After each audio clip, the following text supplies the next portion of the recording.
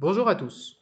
Nous allons aujourd'hui poursuivre et achever cette séquence consacrée à la colonisation française au 19e et 20e siècle. Pour aujourd'hui, vous aviez à faire un travail sur le Code de l'indigénat qui est un point de passage et d'ouverture imposé au programme et qui est donc un sujet que tous les lycéens de France auront donc travaillé et qui peut très bien tomber en E3C. Donc nous allons procéder à la correction que je vous demande de recopier dans le cahier si jamais votre réponse ne correspond pas à ce qui était attendu. Alors première question, où et quand le code de l'indigénat a-t-il été mis en place en premier et où est-il appliqué par la suite? Vous avez dû noter que le code de l'indigénat, qui je vous rappelle est un code de loi, est mis en place en 1881, d'abord en Algérie ainsi qu'en Cochinchine, et que dès 1887, il est diffusé progressivement à toutes les colonies françaises. On le voit d'ailleurs bien sur cette carte que vous avez en bas du diapo. Donc l'Algérie et une partie de l'Indochine sont concernés en premier lieu, et après ça s'étend progressivement au Sénégal, à l'AOF, à l'AEF, mais aussi Madagascar, Mayotte, etc. Donc vous avez ici bien deux dates majeures à retenir, 1881 et 1887. Question numéro 2, qui sont les personnes visées concernées par le code de l'indigénat? Vous avez dû repérer dans l'introduction de l'étude de documents que le code de l'indigénat s'applique uniquement, et j'insiste sur ce terme, aux indigènes, c'est-à-dire aux populations colonisées, aux populations non européennes des colonies. C'est-à-dire que ces lois qui forment le code de l'indigénat ne sont des lois qui ne s'appliquent que dans les colonies et que pour une partie de la population de ces mêmes colonies, ceux que les Européens appellent les indigènes. Donc autrement dit, les Français sur place, qui vivent en Algérie, qui vivent en Indochine, ne sont pas concernés par ce code de l'indigénat. Question numéro 3. À l'aide du document 2, page 218, expliquez quels sont les objectifs des Français qui mettent en place ce code de loi. Autrement dit, pourquoi les Français créent un nouveau code législatif exprès pour les coloniser. Alors vous avez dû remarquer à partir de ce document que les Français ont finalement trois objectifs majeurs. Pour répondre à cette question, il ne suffisait pas de reprendre tous les éléments du document, il fallait essayer de les classer, de les rassembler pour en faire deux, trois objectifs importants. Donc vous pouvez noter qu'en mettant en place ce code de loi, les Français veulent réprimer toute opposition ou révolte à la colonisation. Donc on a ici un premier objectif. Je vous rappelle qu'au moment de la colonisation, les Français ont dû faire face à un certain nombre d'oppositions, un certain nombre de révoltes de la part des populations locales qui n'étaient absolument pas prêtes à accepter la colonisation et ce qui va avec. Alors ce premier objectif, on le voit ici dans le diagramme par plusieurs points. C'est tout ce qui touche par exemple à l'opposition à l'autorité de l'État. Donc 11% des délits en Algérie. Tout ce qui est acte contre les auxiliaires de l'administration française, donc 13%. Et enfin, c'est tout ce qui est conflit sur les terres et forêts, puisque je vous rappelle que les Français qui colonisent l'Algérie, l'Indochine, etc., s'accaparent les terres les plus fertiles. Donc c'est toute cette partie-là qui concentre quand même une bonne partie des délits observés sur place. Ensuite, deuxième objectif des Français, ce code de l'indigénat est censé servir à maintenir l'ordre, la sécurité, à pacifier finalement la population. Alors maintenir l'ordre, on le trouve dans le document avec tout ce qui est délit et crime, mais également tout ce qui est insécurité, marginalité en zone urbaine, ce qui occupe d'ailleurs une très grande partie du diagramme ici. Enfin, dernier objectif, qui était peut-être un peu plus difficile à percevoir, c'est le fait que les Français en Algérie, avec ce code de l'indigénat, veulent lutter contre la religion musulmane.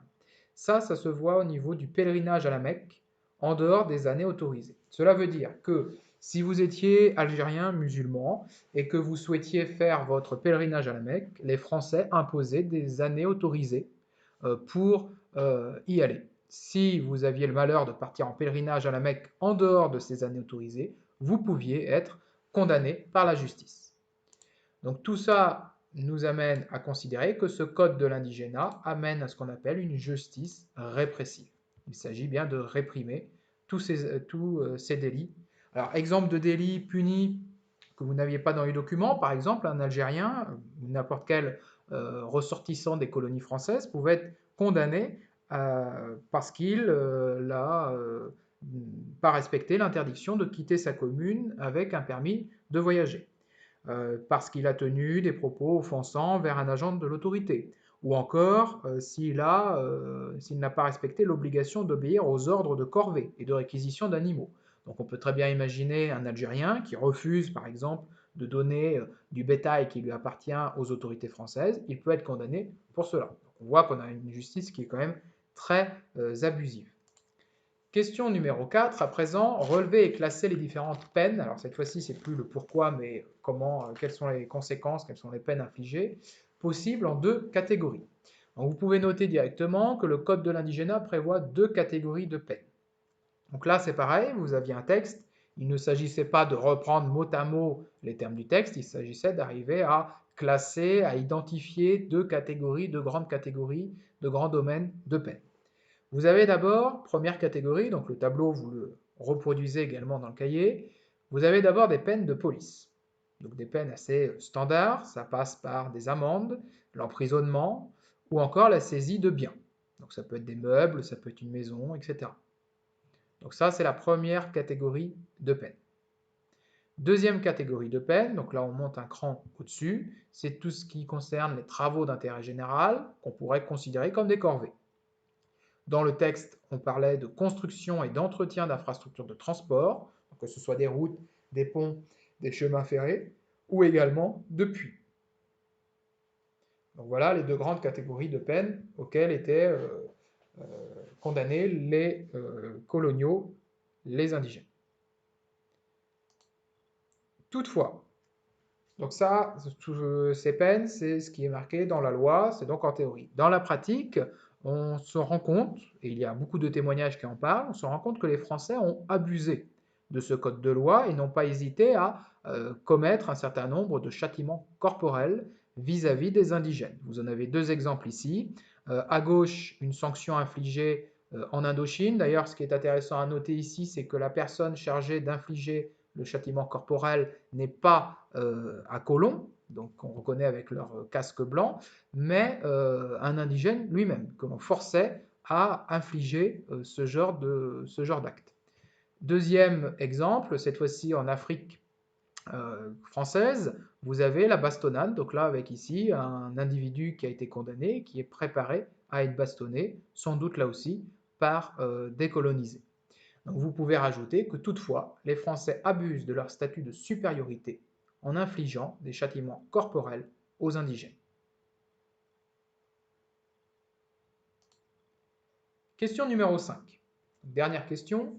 Qui décide des peines? Est-ce le cas aussi en France pour les citoyens français? Autrement dit, pourquoi peut-on dire que ce code de l'indigénat va à l'encontre des valeurs de la République et des droits de l'homme? Donc là, il fallait vous appuyer sur des documents, mais aussi sur vos connaissances. On avait étudié au début de l'année la Déclaration des droits de l'homme et du citoyen, et on avait vu un certain nombre de nouvelles valeurs, notamment au niveau de la justice. Alors vous pouvez noter que ce code de l'indigénat va à l'encontre des valeurs de la République et des droits de l'homme, car il établit une distinction juridique dans les colonies entre les Français et les populations colonisées. Autrement dit, la loi que l'on applique aux populations n'est pas la même suivant si vous étiez un indigène, suivant si vous étiez colonisé ou si vous étiez français, donc un colon. Deux points. Premier tiret, le code de l'indigénat est appliqué par l'administration coloniale. Cela veut dire que ce sont les colons français qui dirigent la colonie qui décident de punir un indigène et décident de la peine. Donc ça peut être le rôle du gouverneur, ça peut être le rôle de simple fonctionnaire. Et ces lois ne s'appliquent qu'aux populations colonisées. Donc on crée donc une loi spécifique pour eux. On a là bien une décision arbitraire et expéditive. Pourquoi? Parce qu'on a une absence de tribunaux et une absence de séparation des pouvoirs. C'est-à-dire que le gouverneur peut très bien prendre, et le texte en parlait, une décision seul. et une peine seule. Donc il n'y a pas de tribunaux comme en France où on a des magistrats, plusieurs juges qui débattent avant de prendre une peine. Là, c'est une décision prise par le gouverneur et qui ne peut pas être remise en cause. Deuxième tiret, les colons français, eux, donc ceux qui sont présents dans les colonies françaises et qui viennent de la métropole. Les colons français sont jugés selon les mêmes lois qu'en métropole par un tribunal de magistrats. Donc il n'y a aucune différence entre eux et les Français de métropole. Ils bénéficient de la présomption d'innocence. Je vous rappelle, ça c'est apparu au moment de la Déclaration des droits de l'homme et du citoyen, c'est-à-dire que tout homme accusé est considéré comme innocent à partir du moment où il n'a pas encore été condamné. C'est le droit à l'innocence. Et il a le droit de se défendre. Tandis que dans le cas des colonisés tout à l'heure, le colonisé n'a pas nécessairement ce droit-là. Donc conclusion, les colons et les colonisés ne sont pas égaux devant la loi. On a une ségrégation juridique. On avait vu plusieurs types de ségrégation, notamment ségrégation sociale l'autre jour. Là, on a un dernier type de ségrégation, la ségrégation juridique. Cela veut dire qu'ils ne sont pas égaux face à la loi, qu'ils ne sont pas jugés de la même manière. Et c'est plus que ne pas être égaux devant la loi, puisqu'ils ne sont pas égaux non plus dans la manière dont ils sont jugés. Ils ne sont pas jugés par des magistrats. Conclusion du point 2 de ce grand 2A, vous pouvez noter que par toutes ces mesures, alors par toutes ces mesures, je fais référence à ce qu'on a vu la fois dernière et ce qu'on vient de voir là, donc le fait que l'on impose le travail forcé, que l'on réprime les révoltes, que l'on crée une hiérarchie dans la société en laissant finalement que les travaux considérés comme inférieurs aux indigènes, le fait que l'on impose le code de l'indigénat. On peut dire que les Français donc, imposent un racisme quotidien qui repose sur l'idée selon laquelle ils sont supérieurs aux colonisés.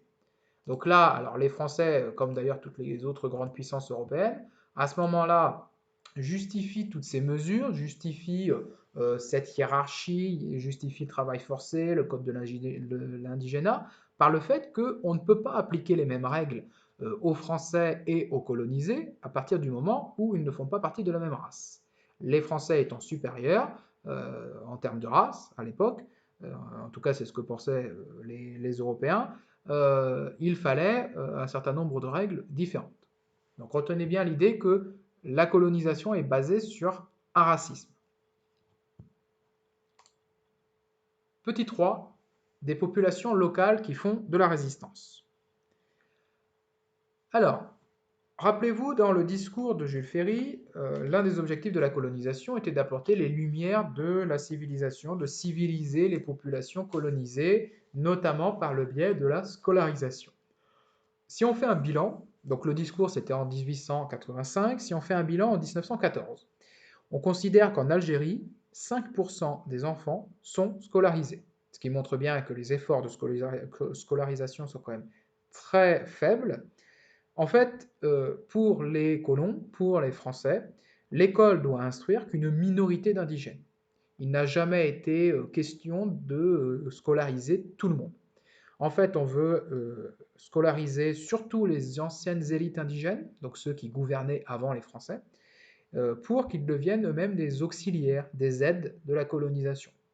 Les Français, je vous l'avais dit, sont en situation d'infériorité numérique. Ils sont peu nombreux dans les colonies, et s'ils veulent que la colonisation dure, il faut qu'ils obtiennent le soutien de ces anciennes élites. Et donc c'est pour ça qu'ils vont apporter la scolarisation à cette partie de la population.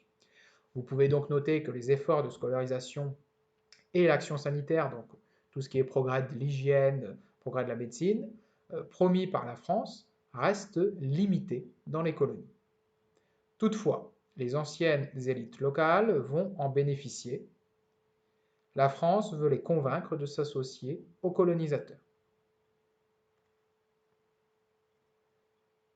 Deuxième idée, donc il y a une partie de l'élite qui va s'associer aux Français. Deuxième partie, toutefois, une partie de cette nouvelle génération, donc ceux qui vont bénéficier de la scolarisation, une partie d'ailleurs est formée dans les écoles françaises, partie de cette nouvelle génération va revendiquer une égalité des droits, une modernisation du pays, voire même l'indépendance. C'est-à-dire que l'on va avoir une partie de cette population qui va venir en France, qui va accéder à l'université, aux grandes écoles, qui va donc découvrir l'histoire de la France, de la Révolution française. Et finalement, ce qui est important ici à retenir, c'est que cette nouvelle élite indigène va s'imprégner en France des idées de la Révolution française, celle que l'on a vue au début de l'année. Donc, c'est-à-dire que tout ce qui est souveraineté nationale, liberté, égalité, valeurs pour lesquelles les Français se sont battus, on l'a vu tout au long du programme, et finalement, ces anciennes élites qui arrivent en France, qui sont scolarisées sur place, se disent, après tout, pourquoi nous, on n'aurait pas le droit d'avoir la souveraineté nationale? Pourquoi, après tout, le peuple n'aurait-il pas le droit de choisir son gouvernement? Pourquoi on n'aurait pas le droit à des libertés, à l'égalité? Et tout ça, ça va amener à la naissance des premiers mouvements indépendantistes avant la Première Guerre mondiale. Donc en Afrique comme en Indochine, on va avoir des colons, des colonisés, pardon, qui ont été formés en Europe, qui vont revenir dans leur pays et qui vont mener les premiers mouvements pour demander l'indépendance. Et ce qui est totalement paradoxal dans tout ça, c'est que finalement, c'est l'éducation qu'ils ont eue en France qui va les pousser à le faire. Nous en avons terminé avec le grand 2A. Vous avez un certain nombre de termes de vocabulaire à noter et à connaître, parmi lesquels celui de colon. Donc ce sont les personnes venues de métropole pour s'installer définitivement dans une colonie. Indigénat, c'est un régime administratif, donc imposé par l'administration, et juridique, donc inscrit dans la loi, spécifique, appliqué par les représentants de la métropole aux populations non européennes d'une colonie. Le terme ensuite d'indigène. Donc le terme indigène désigne une personne originaire du pays où elle se trouve. Il est synonyme d'autochtone.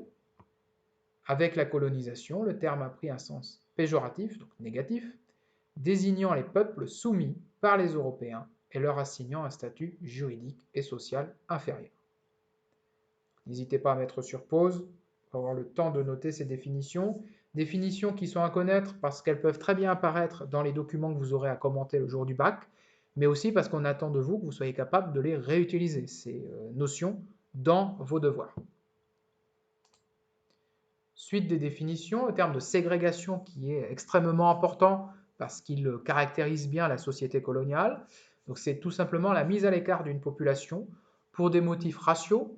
Donc là, mettre à l'écart les autochtones, les indigènes parce qu'ils sont d'une race inférieure, pour des motifs politiques et ou sociaux. Par exemple, la ségrégation aujourd'hui dans les villes, ça se voit au niveau de quartiers plutôt aisés, quartiers défavorisés.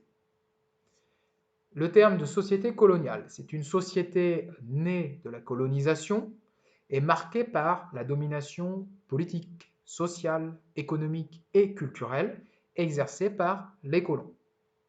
L'idée à bien retenir, c'est que la colonisation a totalement bouleversé les sociétés africaines et asiatiques qui existaient jusqu'alors. Dernier terme de vocabulaire, celui de travail forcé. C'est une tâche qui est imposée aux indigènes sans être rémunérée, ou très peu. Nous passons à présent au grand B, une colonisation à l'origine d'échanges culturels inégaux. Alors, les échanges culturels entre la métropole et son empire colonial sont inégaux pour une raison. C'est qu'il s'agit surtout pour la France de transformer les cultures dominées. D'accord? Quand on a l'idée d'échanges culturels, c'est l'idée que les colonies auraient aussi un impact sur la métropole et que la métropole aurait un impact sur les colonies. Non. Seule la métropole va tenter d'influencer, de transformer, de bouleverser les cultures dominées. On rejoint l'idée de racisme de tout à l'heure et de projet de civilisation. Les Français considèrent qu'ils sont les seuls à détenir la vraie civilisation.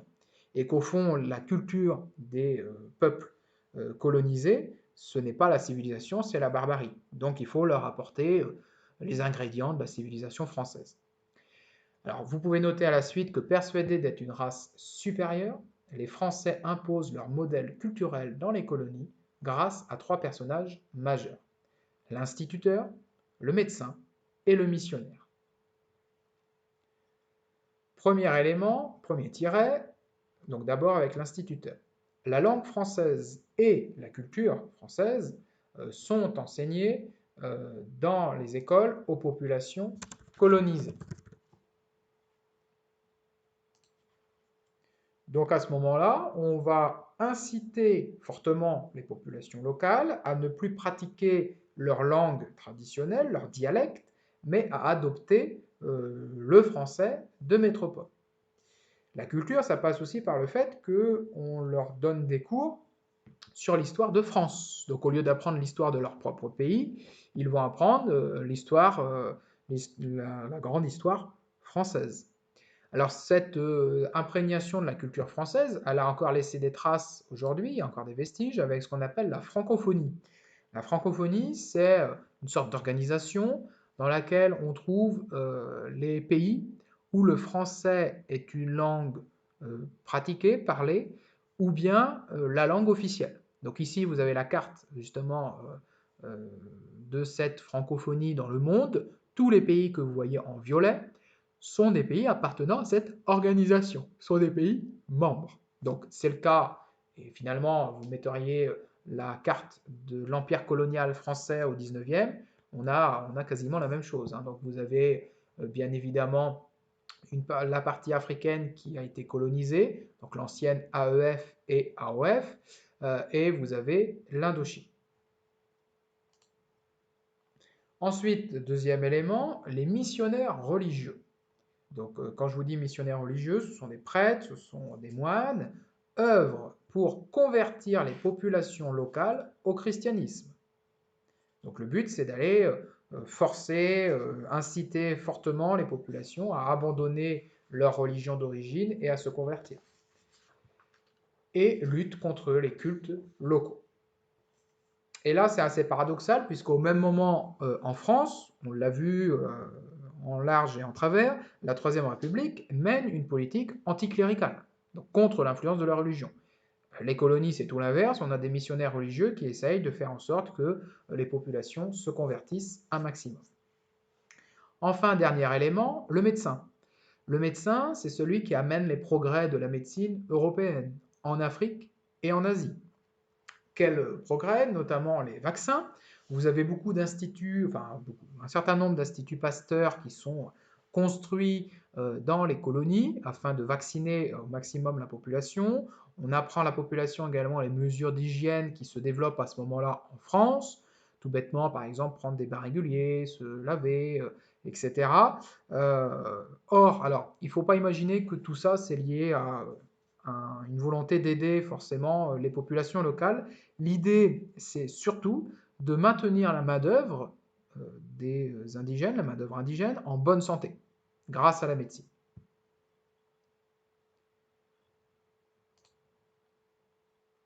Alors, d'autres caractéristiques de la culture occidentale, de la culture notamment française, sont aussi importées. C'est le cas, par exemple, comme le code vestimentaire.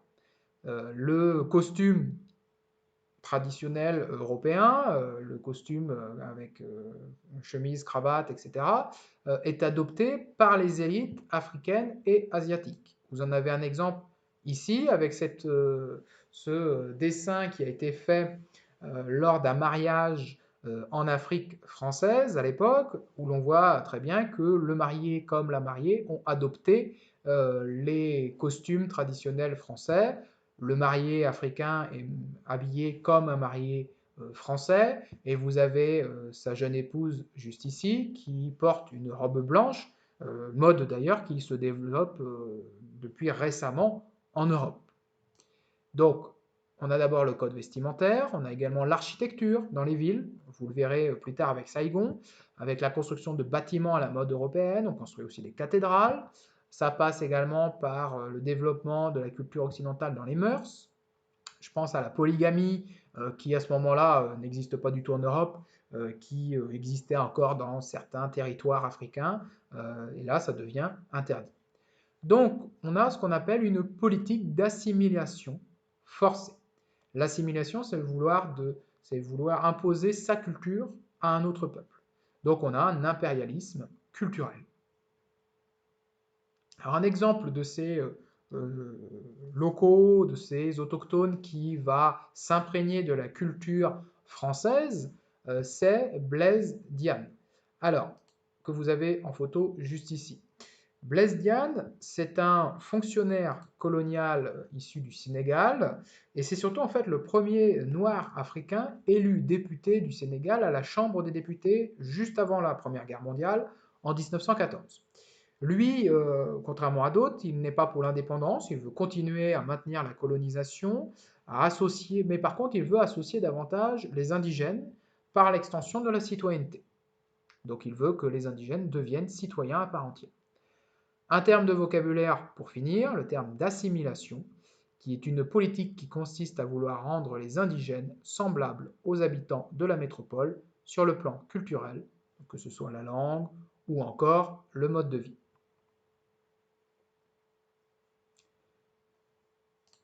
Avant de passer à la conclusion, vous allez avoir un test de connaissances à faire dont je vous reparlerai après la conclusion. Dans ce test de connaissances, vous aurez un exercice sur Saigon, une ville coloniale qui est un point de passage et d'ouverture, le dernier du chapitre.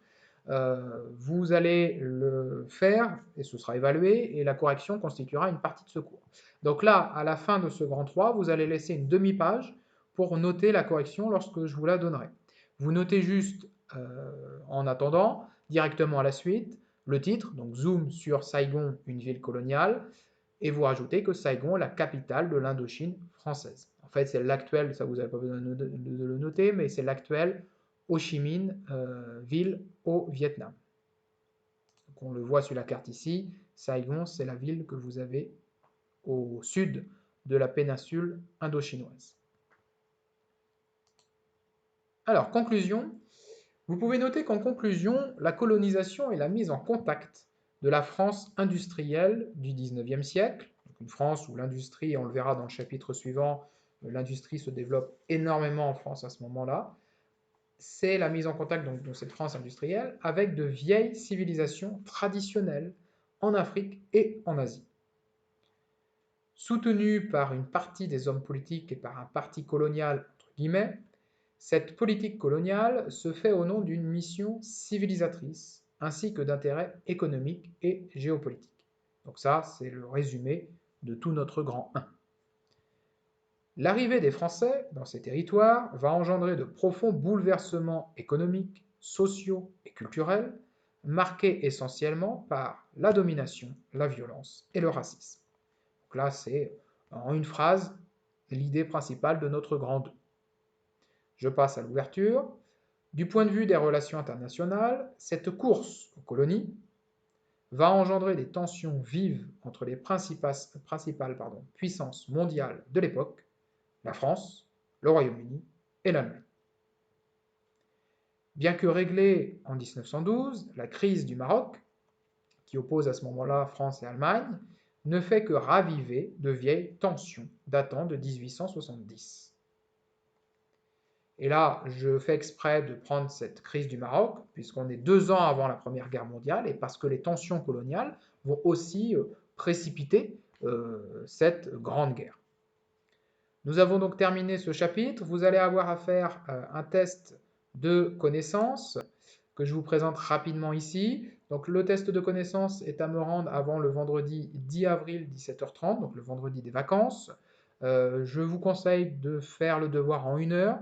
Essayez de ne pas trop dépasser, pour que ça ne vous prenne pas trop de temps. À partir du moment où le cours a été suivi régulièrement, ça ne devrait pas poser de problème. Vous avez un premier exercice, un QCM sur 6 points, qui est sur Pronote, donc vous irez voir dans Travail à faire, il devrait apparaître. Si jamais il n'apparaît pas, vous m'envoyez un mail. Il est intitulé Métropole et colonie. Les questions sont à réponse multiple, donc vous devez rentrer une ou plusieurs réponses pour chaque question, et la correction s'affiche aussitôt que vous avez validé. Alors par contre, attention, une fois que vous avez validé une question, il est impossible de revenir en arrière, il est impossible de refaire l'exercice. Exercice 2 d'argumentation, donc là je vais vous demander de développer. La question est montrer que les sociétés coloniales sont basées sur l'exploitation des hommes, une hiérarchisation entre les individus et des inégalités. Donc vous lirez bien la question, en fait il y a 3 parties dans la question, qui vont être les 3 parties de votre réponse, donc j'attends 3 paragraphes.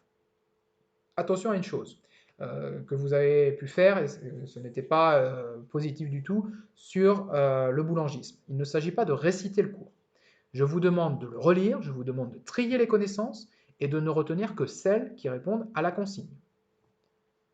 Exercice 3, rédiger une synthèse à partir de documents Donc là, c'est travail sur Saigon. La question globale est comment la France a-t-elle transformé Saigon pour en faire une ville coloniale? Dans une synthèse basée sur les documents indiqués ci-dessous, vous expliquerez 1. Comment les colonisateurs ont transformé la ville sur un modèle français. Vous avez 3 documents à utiliser. 2. Les infrastructures mises en place pour exploiter ce territoire. 3. La ségrégation dans la ville. Et 4. Vous nuancerez la présence française dans la ville.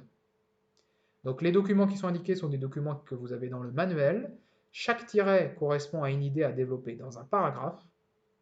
Donc premier tiret égale paragraphe 1, deuxième tiret paragraphe 2, etc. Les documents complémentaires, donc A, B, C, D, sont dans un autre polycopier que je vous envoie également qui s'appelle Saigon Document. Il n'est pas nécessaire de faire d'introduction ou de conclusion, vous devez utiliser uniquement les documents indiqués. Donc, pas besoin de faire des recherches sur Internet. Et enfin, je ne vous donne pas de nombre de lignes minimum ni maximum, c'est à vous d'extraire le contenu nécessaire des documents. D'accord? Il s'agit bien d'une synthèse, ce n'est pas une analyse de documents, donc il s'agit juste de prendre des infos dans les docs pour construire d'autres paragraphes, sans recopier les documents, sans faire de citation. Vous formulez les idées avec vos propres mots. Bien, j'espère que c'est suffisamment clair. Nous avons terminé donc ce chapitre sur la colonisation au 19e. Si vous avez des questions, je reste à votre disposition. Bonne journée et bon courage à vous.